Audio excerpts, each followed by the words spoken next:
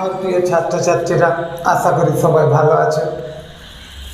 West Bengal বোর্ডের বাংলা মিডিয়ামের সমস্ত নবম শ্রেণীর ছাত্রছাত্রীকে আমার এই হিস্ট্রি পাঠশালার আজকের ক্লাস করার জন্য আহ্বান জানিয়ে আজকের ক্লাস আমি শুরু করছি।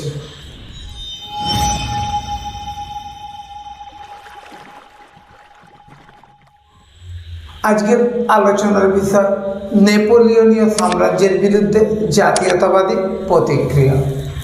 তাহলে আমরা এর আগে দেখেছি যে নেপোলিয়নের বেশ কিছু আলোচনা আমাদের হয়ে গেছে।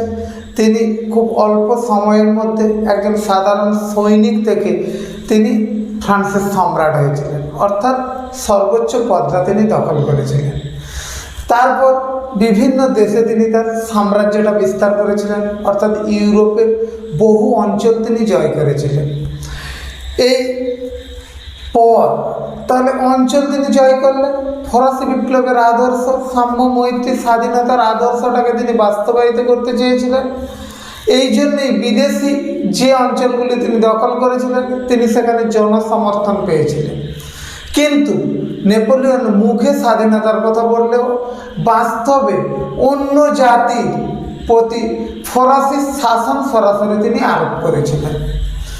এই যে মুখে আমি বলছি স্বাধীনতার কথা, কিন্তু বাস্তবে ফ্রান্সের শাসন অর্থাৎ নেপোলিয়ন তার শাসনটা প্রতিষ্ঠা করেছেন।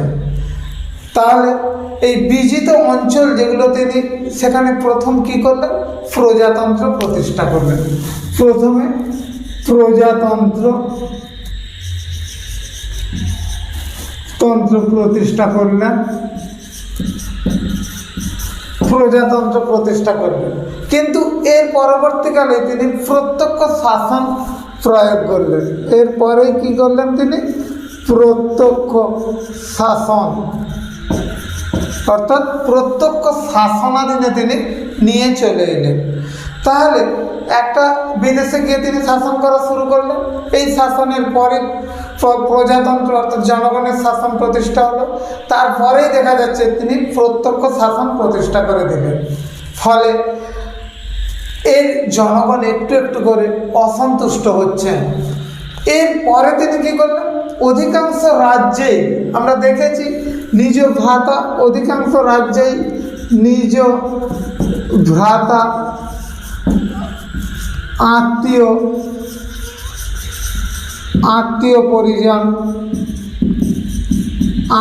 পরিজন আর এর সঙ্গে সেনাবাহিনীর প্রধান, সেনাবাহিনীর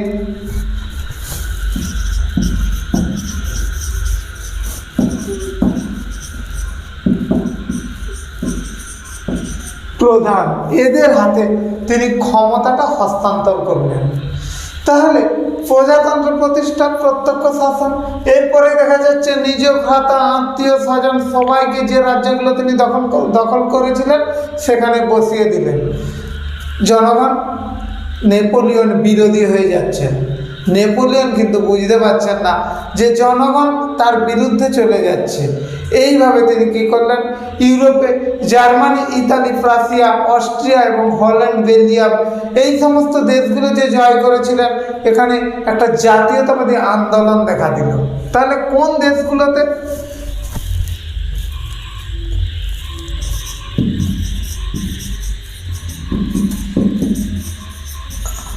প্রাশিয়া, অস্ট্রিয়া,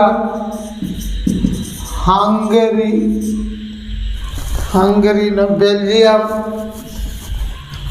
অস্ট্রিয়া, বেলজিয়াম, এই আরো অনেক রাষ্ট্র, এই রাষ্ট্রগুলোতে তিনি কি করলেন, তার যে প্রত্যক্ষ শাসন অর্থাৎ নিজ ভ্রাতা আত্মীয়দের বসালেন।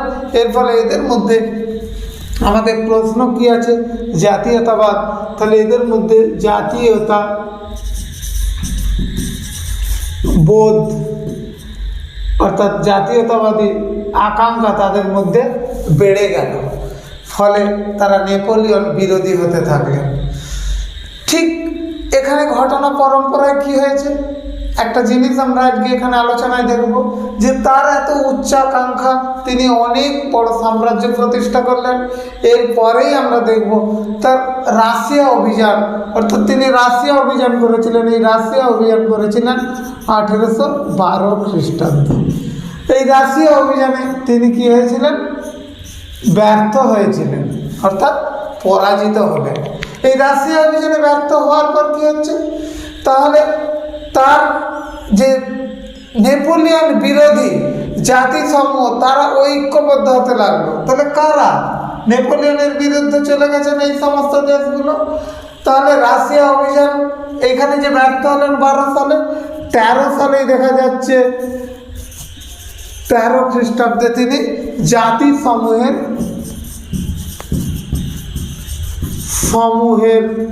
যুদ্ধ, এই জাতির সমূহের যুদ্ধে লিপ্ত হয়ে গেলেন। কেন? তার প্রথম যে রাশিয়া অভিযানের ব্যর্থতা থেকে তার ভাঙন এলো, এবং এই রাশিয়া অভিযানের ব্যর্থতার 1 বছরের মধ্যেই তাকে যুদ্ধে লিপ্ত হতে হয়েছিল। যুদ্ধটার নাম কি? জাতিসমূহের যুদ্ধ। তাহলে নেপোলিয়ন বিরোধী একটা জোট গড়ে উঠল। নেপোলিয়নের যে সাম্রাজ্য সেটা তাসের ঘরের মতো ভেঙে পড়তে লাগলো। সমস্ত তার সাম্রাজ্যের মধ্যে ভাঙন দেখা দিতে থাকলো। তাছাড়া রাইন রাষ্ট্রসংঘ গড়ে তুলেছিলেন তিনি, একটা রাইন রাষ্ট্রসংঘ। এই রাইন রাষ্ট্রসংঘ কোথায়? জার্মানিতে। রাইন রাষ্ট্রসংঘ গড়ে তুললেন। এই রাইন রাষ্ট্রসংঘে অনেক দেশ এই সংঘের সদস্য হয়েছিল। এই সংঘের সদস্য হলে কি হবে? তার এই যে রাশিয়া অভিযানে ব্যর্থতা, এই রাশিয়া অভিযানের ব্যর্থতার পরেই কিন্তু তার এই রাষ্ট্রসংঘ ভেঙে গেল।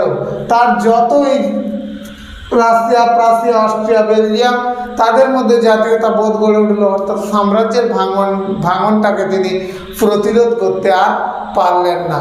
তার বিরুদ্ধে এই সমস্ত রাজারা, তাহলে এখানে কারা ছিল? রাইন অঞ্চলের যে সংঘ গড়ে উঠেছিল, এখানে অনেক রাজারা ছিলেন। এই রাজারা বিভিন্ন জোট, এই জাতিসংঘের যে যুদ্ধ হলো, রাজারা যুক্ত হলো, এদের সঙ্গে যোগ দিল। এই রাজারা যোগ দেওয়ার সঙ্গে সঙ্গে নেপোলিয়নের বিরুদ্ধে একটা বিরাট শক্তি জোট গড়ে উঠেছিল, যেটা নেপোলিয়ন কখনোই কল্পনা করতে পারেননি এত দ্রুত তার বিরুদ্ধে একটা শক্তি জোট গড়ে উঠতে পারে। তাহলে এই যখনই শক্তি জোট গড়ে উঠলো, এই শক্তি জোটটা কি? চতুর্থ শক্তি জোট।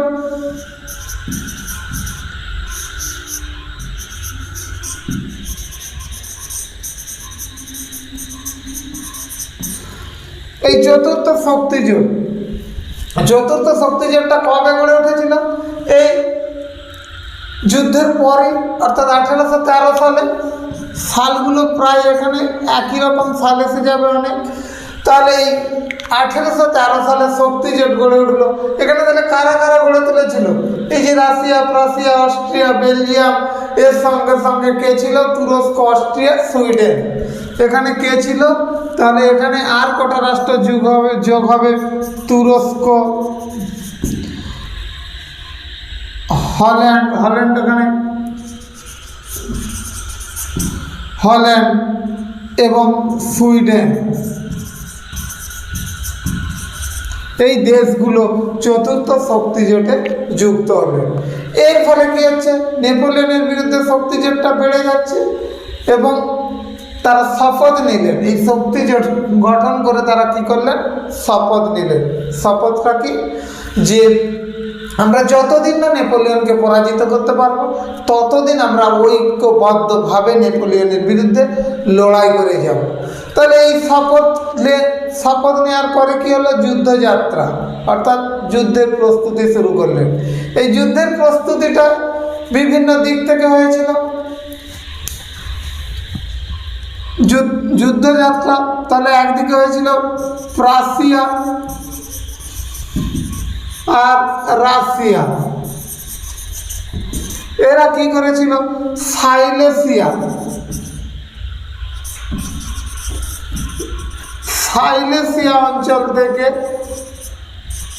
অঞ্চলের দিক থেকে আক্রমণ শুরু করেছিলেন।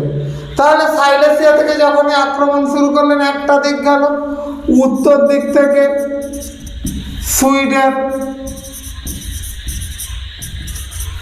আর দক্ষিণ দিক তাহলে বাকি রয়ে গেল এই সুইডেন। আমরা দেখতে পাচ্ছি এই সুইডেন কোন দিক থেকে করলো, উত্তর দিক থেকে।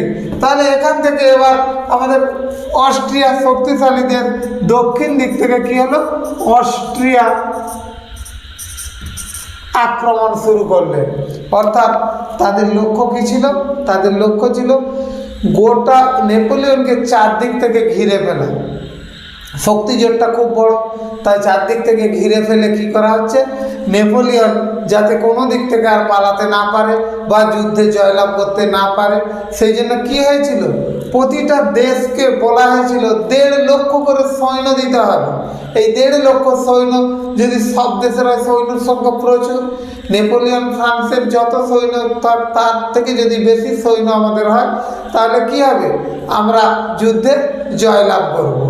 এবার চারদিক থেকে যখন তাকে ঘিরে ফেলা হলো, কোথা ঘিরে ফেলে তাকে একটা কাজ করা হয়েছিল, লিপজিগ নামক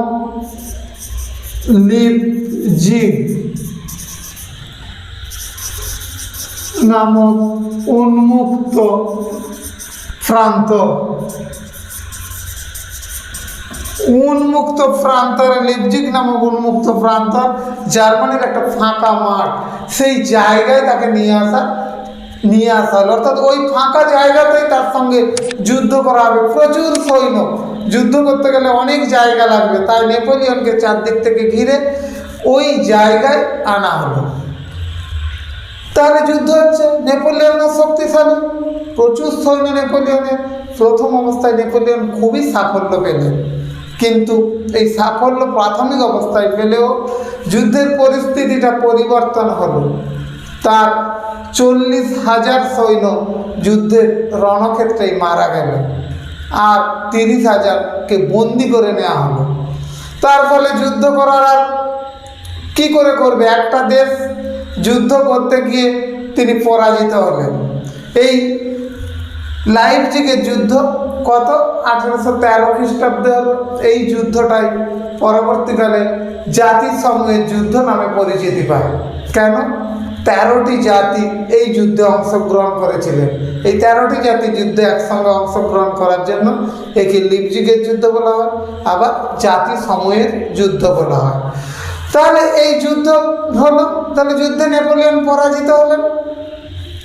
ফ্রাঙ্কফুর্টের সন্ধি স্বাক্ষরিত হয়েছিল। এই সময় কি হলো, ফ্রাঙ্কফুর্টের সন্ধি স্বাক্ষরিত হলো। এই সন্ধির শর্ত অনুযায়ী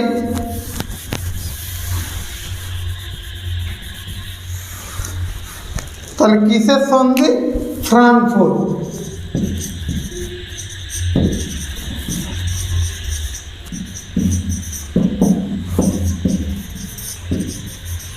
ফ্রাঙ্কফুর্টের সন্ধি স্বাক্ষরিত হলো, কিন্তু নেপোলিয়ন এই সন্ধি পরাজিত হওয়া সত্ত্বেও এই সন্ধিটাকে কিন্তু তিনি মেনে নেননি।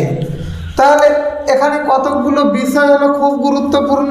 লিপজিগের যুদ্ধ, একেই কি বলা হচ্ছে, জাতিসমূহের যুদ্ধ। সমূহের যুদ্ধ, এই যুদ্ধে একটা সন্ধি হলো। এই যুদ্ধে পরাজিত হওয়ার পর কি হচ্ছে, সন্ধি একটা হলো নেপোলিয়নের সঙ্গে চতুর্থ শক্তি জোটের। এই সন্ধিটাকে নেপোলিয়ন মেনে নেননি। তাহলে কি হচ্ছে, যদি মেনে না নেন এই চতুর্থ শক্তি জোট, এরা কি ছেড়ে দেবে? এরা আবার যুদ্ধের প্রস্তুতি নেন। কেন? সেখানে শপথ বাক্যে কি বলা হয়েছিল, যে যতদিন না নেপোলিয়নকে উচ্ছেদ করতে পারবে ততদিন তারা ঐক্যবদ্ধভাবে লড়াই চালিয়ে যাবে। ফলে তারা আবার ফ্রান্স আক্রমণের প্রস্তুতি নেন।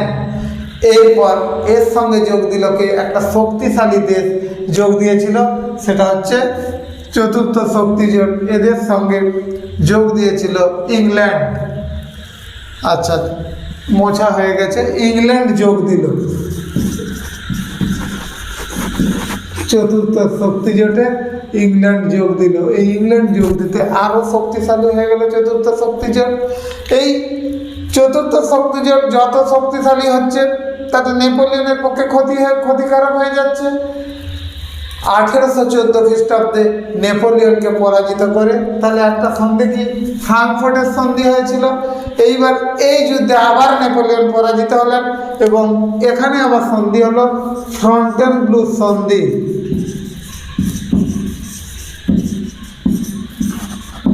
ফন্টেনব্লুর সন্ধি, এই সন্ধিটা 1814 খ্রিস্টাব্দে ফন্টেনব্লু সন্ধি স্বাক্ষরিত হলো। এই সন্ধি স্বাক্ষরের সঙ্গে সঙ্গে তাকে সিংহাসন ত্যাগ করতে হলো এবং এলবা দ্বীপে নির্বাসিত করা হলো। এলবা দ্বীপে নির্বাসিত করা হলো। এই এলবা দ্বীপে যখনই নির্বাসিত করা হলো তাহলে তিনি সিংহাসন ত্যাগ করলেন। তার শাস্তি অর্থাৎ এতদিন ধরে তিনি যে জনগণের প্রতি খারাপ আচরণ করেছেন, বলপূর্বক শাসন করেছেন, তার শাস্তি যুদ্ধে পরাজিত হওয়ার পর তাকে একটা দ্বীপে নির্বাসিত করা হলো। এই দ্বীপে নির্বাসিত করা হলেও তিনি তো একজন যোদ্ধা, তিনি এটাকে ভালোভাবে মেনে নেননি। আমরা একটু আগেই দেখেছি ফ্রাঙ্কফুর্টের সন্ধিটাকে তিনি মেনে নেননি, অর্থাৎ এটাকেও তিনি ভালোভাবে গ্রহণ করলেন না। এরপর কি হলো? এই সন্ধির পর আমরা দেখব যে ফ্রান্সের ফরাসি বিপ্লবের পূর্বের যে অবস্থা অর্থাৎ রাজতন্ত্র, সেই রাজতন্ত্র পুনরায় প্রতিষ্ঠা করা হলো। অর্থাৎ নেপোলিয়ন যে রাজ্যগুলো দখল করেছিলেন সেই সব রাজ্যগুলো সব দেশকে ফিরিয়ে দেওয়া হলো। ইতালি, জার্মানি, হল্যান্ড, বেলজিয়াম যে দেশগুলো অংশগ্রহণ করেছিলেন সেই দেশগুলো যে যে অঞ্চল নেপোলিয়ন দখল করেছিলেন সেগুলো তাদের দিকে ফিরিয়ে দেওয়া হলো। আর ষোড়শ লুই আমরা দেখেছি ফরাসি বিপ্লবের সময় ষোড়শ লুই তার প্রাণদণ্ড হয়েছিল। সেই ষোড়শ লুইয়ের পর তার ভাই অষ্টাদশ লুইকে এই ফন্টেনব্লু সন্ধি অনুযায়ী ফ্রান্সের সিংহাসনে বসানো হলো। এইভাবে নেপোলিয়ন অর্থাৎ ফরাসি বিপ্লবের পর বিপ্লবের যে আদর্শ সাম্য, মৈত্রী ও স্বাধীনতা, এই তিনটি আদর্শকে বাস্তবায়িত করার ক্ষেত্রে তিনি আমরা দেখেছি সাম্য মৈত্রীটাকে মেনে নিয়েছিলেন, কিন্তু স্বাধীনতাটা তিনি দেননি। এটা আমরা আগের পার্টে দেখেছি। তাহলে এই যে স্বাধীনতাটা তিনি দিলেন না, এর ফলে কি হলো? তার একটা গড়ে তোলা সুবিশাল সাম্রাজ্য কয়েক বছরের মধ্যেই ধ্বংসস্তূপে পরিণত হলো। এইভাবেই নেপোলিয়নের জাতীয় প্রশ্ন ছিল আমাদের আজকে নেপোলিয়নের সাম্রাজ্যের বিরুদ্ধে জাতীয়তাবাদী প্রতিক্রিয়া। অর্থাৎ নেপোলিয়ন যে সাম্রাজ্য বিস্তার করেছিলেন তার অজান্তেই আমরা দেখতে পাচ্ছি নেপোলিয়নীয় সাম্রাজ্য ধ্বংসের মুখে পড়ে গিয়েছিল। অর্থাৎ তার অজান্তেই তার সাম্রাজ্যের মধ্যেই যে জাতীয়তাবাদের বিকাশ ঘটেছিল তিনি তা বুঝতে পারেননি। আজকে আলোচনা এই পর্যন্ত। এখানে আমরা দেখব কতগুলো কি প্রশ্ন হতে পারে। তাহলে আমাদের এখানে প্রথম প্রশ্ন, নেপোলিয়ন কবে রাশিয়া আক্রমণ করেছিলেন বা অভিযান করেছিলেন? এখানে উত্তরটা এখনো লেখা আছে 1812 খ্রিস্টাব্দে। প্রশ্ন এই পড়তে পড়তে যদি আমরা খাতা পেন নিয়ে বসি তাহলে ইজি আমাদের সিলেবাসটা শেষ হয়ে যাবে। কবে? তাহলে রাশিয়া অভিযান করেছিলেন 1812 খ্রিস্টাব্দে। জাতিসংঘের যুদ্ধ কবে হয়েছিল? এখানে দেখো এই যে জাতিসংঘের যুদ্ধ কবে হয়েছিল? 1800 পরের বছর আলোচনার সময় বলেছিলাম যে রাশিয়া অভিযানের 1 বছরের মধ্যেই তার পতন ঘটেছিল।